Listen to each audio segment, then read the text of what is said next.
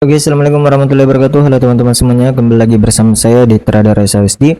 Yang dimana di sini kita akan update lagi ya mengenai pergerakan SAUSD di sesi menjelang di sesi New Year ya, yang dimana di update sebelumnya itu harga tidak mampu untuk break di atas dari 4835 ya. Dia break tapi ternyata dia mengalami fake break ya. Jadi di sini kita lihat 4835 dia tidak sempat untuk di break ya, karena kalau kita lihat dia hanya mencapai di 4833, dan saat ini dia area 4820 dan 4850 ini berada di menjadi upper supply ya, yang dimana di area atas di 4880 dan 4891 ini dia akan menjadi extreme high atau strong resistance juga ya, yang dimana ketika dia nanti dicapai ada kemungkinan penolakan lagi, karena dimana di sini kita lihat setelah area itu dicapai terjadi penurunan yang cukup tajam ya sampai di 4740-an, dan kemarin juga di update plan hari Senin itu dia terjadi gap down ya dalam bentuk lower di 4737 ya, dia membentuk low di situ. Dan saat ini kalau kita melihat pergerakan ini dalam konsolidasi rentang ketak ya, dan dimana upper supply menjadi resisten saat ini, dan middle EKB itu adalah equilibrium atau titik keseimbangan antara pembeli dan penjual ya, di kisaran 4780 dan 4790 ya. Kalau kita lihat di sini untuk saat ini harga sedang mencari ya, apakah dia akan break ke bawah untuk menguji demand atau dia akan melakukan kenaikan untuk menguji upper supply-nya. Jadi seperti itu untuk skenario nya ya. Jika nanti kita akan coba masuk dulu ke time frame 15 menit. Nah, kalau kita lihat di sini di time frame 15 menit, ketika nanti harga melakukan kenaikan ya, dia break di atas dari 4796 ya, dia break di atas dari area ini, ada kemungkinan ya jika nanti dia break mungkin dia akan melakukan kenaikan, bisa saja sampai di kisaran sini ya di 4807 untuk target kenaikan sementara ya, sementara setelah itu dia akan menguji upper supply-nya ketika memang harga terus melakukan kenaikan. Karena kalau kita lihat di sini ada dynamic resistance ya, yaitu exponential moving average yang terbentuk di sini. Ini ada EMA,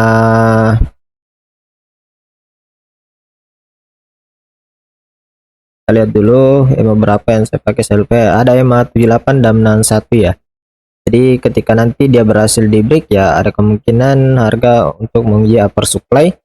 Tapi kalau kita lihat di sini dia sedang membentuk sideways ya, jadi ada kemungkinan dia akan terjadi drop base drop ya ketika dia berhasil break di bawah dari 4778 ya, 4778, harga akan terus melakukan penurunan untuk menguji di demand-nya ya. Jadi ada kemungkinan dia akan melakukan penurunan untuk menguji ke area demand di 4740 dan 4720. Jadi seperti itu untuk sementara.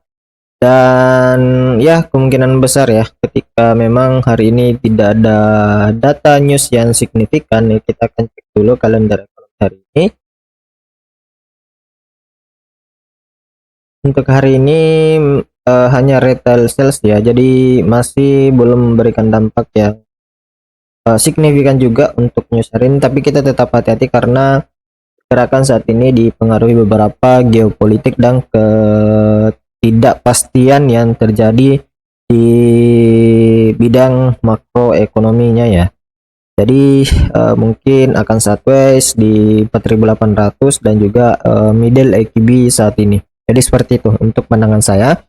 Intinya kalau mau ambil sell kita tunggu dulu 4778 dia berhasil break ya. Kalau memang dia tidak berhasil break ya, ada kemungkinan dia koreksi dulu. Kalau kita menguji menggunakan Fibonacci retracement, coba dulu.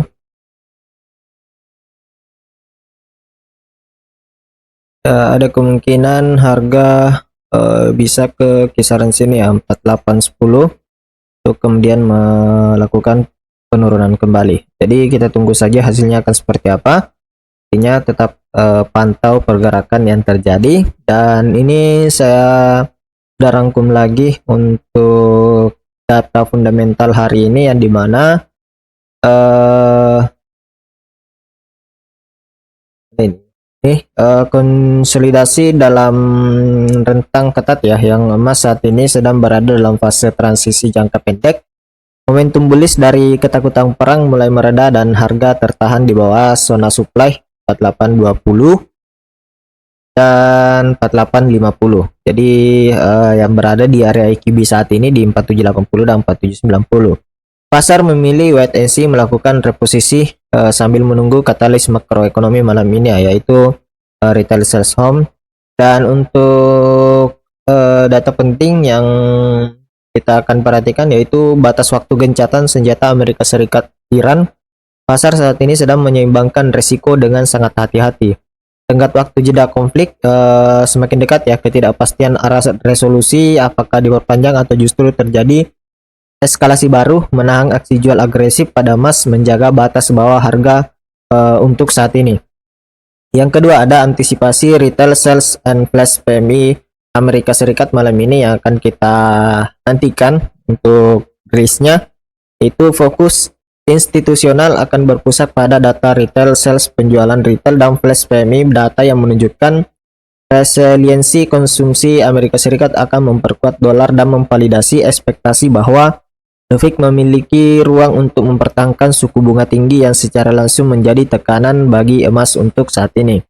Dan yang terakhir ada secara tekanan teknikal dan basis makro.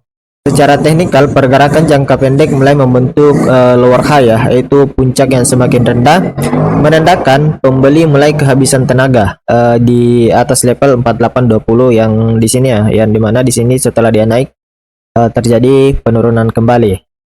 Namun secara makro, dukungan solid tetap bertahan di sekitar 4770 berkat safe haven hedging yang belum sepenuhnya ditarik, yang sekarang di harga sekarang ini ya. Tapi kalau dia di break ke bawah ya, let's see, akan mencapai di area demand. Nah, untuk fase penyimbangan mencari pijakan baru pada harga di kisaran 4785 ini, di 4780 dan 4790 ini, saat ini mencerminkan kompromi wajar ya antara sisa risk premium geopolitik dan antisipasi real yield Amerika Serikat. Namun jika rilis data Amerika Serikat malam ini terbukti sangat kuat, valuasi harga saat ini akan langsung dianggap terlalu mahal untuk dipertahankan, memicu pricing ke bawah ya, menuju ke area demand. Nah, untuk chance trigger untuk yang bisa kita pantau hari ini yaitu rilis data sales flash PMI Amerika Serikat dan reaksi instan ya terhadap indeks dolar. Data ini adalah penentu arah breakout dari struktur konsolidasi sempit yang terbentuk sejak tadi pagi ya, yang dimana untuk tajuk utama Timur Tengah diperhatikan setiap rilis berita mendadak terkait status negosiasi diplomasi, sentimen geopolitik yang real time selalu memiliki kekuatan untuk secara instan membatalkan struktur teknikal maupun reaksi data makro ya. Dan chance trigger yang terakhir yaitu reaksi di zona kritis di harga saat ini, penentuan candle harian atau H4 yang solid akan mengonfirmasi pergeseran kendali pasar dari netral menjadi bias bearish secara lebih definitif ya. Jadi seperti itu untuk informasi yang bisa saya sampaikan pada kesempatan analisa hari ini. Semoga bermanfaat untuk teman-teman semuanya dan semoga menjadi acuan untuk trading kalian hari ini. Sekian dan terima kasih. Assalamualaikum warahmatullahi wabarakatuh.